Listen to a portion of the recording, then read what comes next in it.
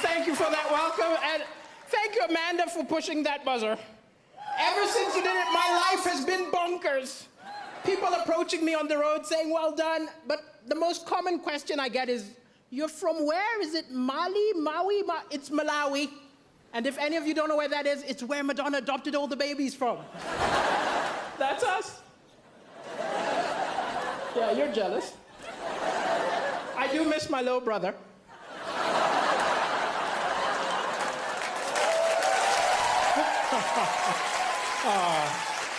And Angelina took my sister, so. And I've been in the UK a while. I was tricked into moving here. I was tricked because I was watching television and I saw an angry guy came on television and he said, oh, these immigrants take all the good jobs, all the good women. I was like, wow, that's what I'm looking for.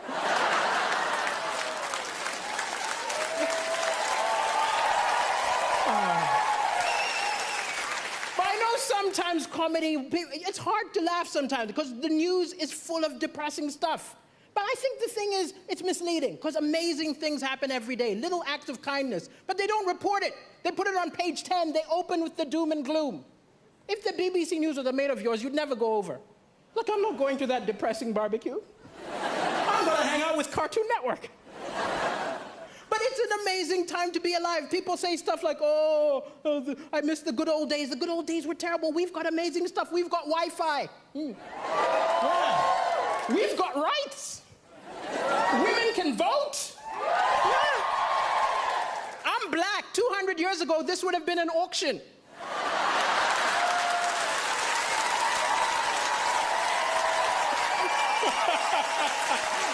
We've come a long way, that's all I'm saying.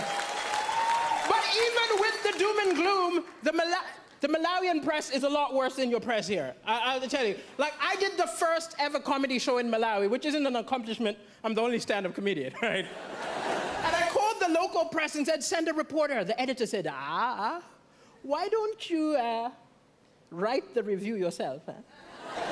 You give me some money, I will say we wrote it. I was disgusted by the total lack of integrity in the Malawian press. But wow, that was the best review I ever got. 7 stars! He's a genius! The African Michael McIntyre!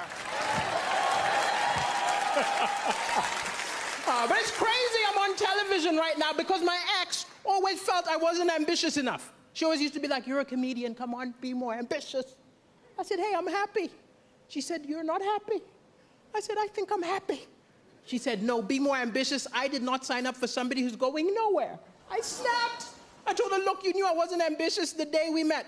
Of all the women in the bar, I approached you.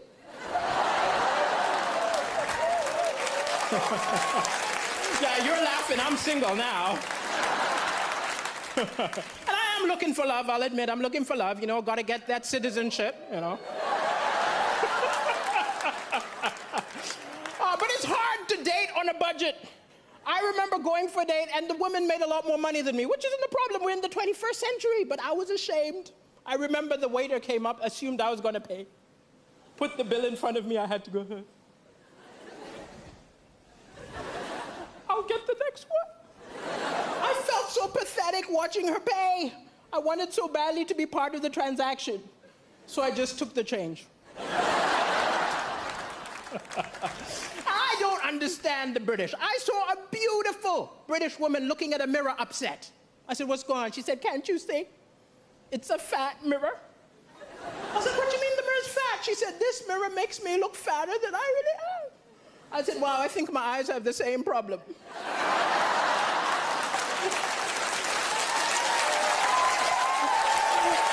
I was not mocking her. Don't be angry with me. It was a cultural misunderstanding. I'm from Africa. It's different. When we see someone overweight, we don't think go on a diet. We're more like, where did you get the food? I think we gotta follow her home. Thank you, ladies and gentlemen. It's been a pleasure. Thank you.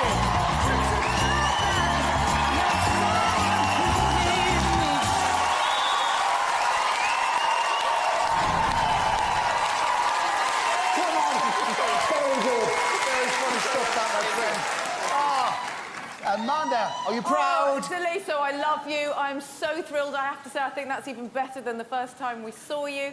What I love about you... what I think is so important about comedy is that it has to be very near the edge of edgeness. And you were so on the edge that it made us howl with laughter. I mean, it was naughty, it was edgy, it was fresh, it was cool.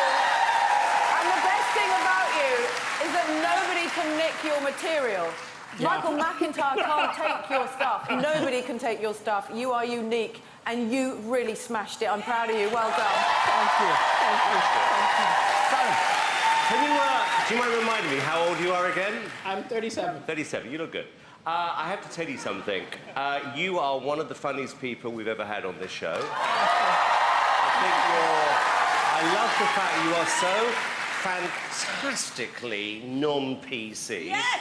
I really do. And I think that's part of the reason why everybody likes you so much. I said this earlier on in the week, I'm going to say this about you, is that I do believe that this show can be an amazing showcase for somebody like you. And I would be amazed... Actually, no, I don't want to say this because I jinxed it before, but what I'm thinking is this, that you are the sort of person who, off the back of this, your phone should be ringing in 3 days' time, offering you your own show. You should be on TV more often. I mean, the one thing I've noticed about comedians are they are quite selfish, and the same people seem to be on a lot. I think there's a real gap in the market for you, and it's your personality, your sense of fun, which I believe is going to put you in the final tomorrow, and you deserve it. I second that. I pray people pick up the phone and put you in the final. When you were on the first time round, Jack Whitehall called me and said he used to do gigs with you back in the day, and I said, why isn't he the biggest comedy star in the country? He said, he's never been given the right break. Well, tonight is the right break. You're going to be a superstar. Uncomfortable topics funny, and you made us ugly laugh. Like, no woman wants to do that. We were howling. You're brilliant. Well done, DALISO. Thank you very much. Thank you, judges. Thank you. Well, doesn't get any better than that, does it? Not wonderful relief.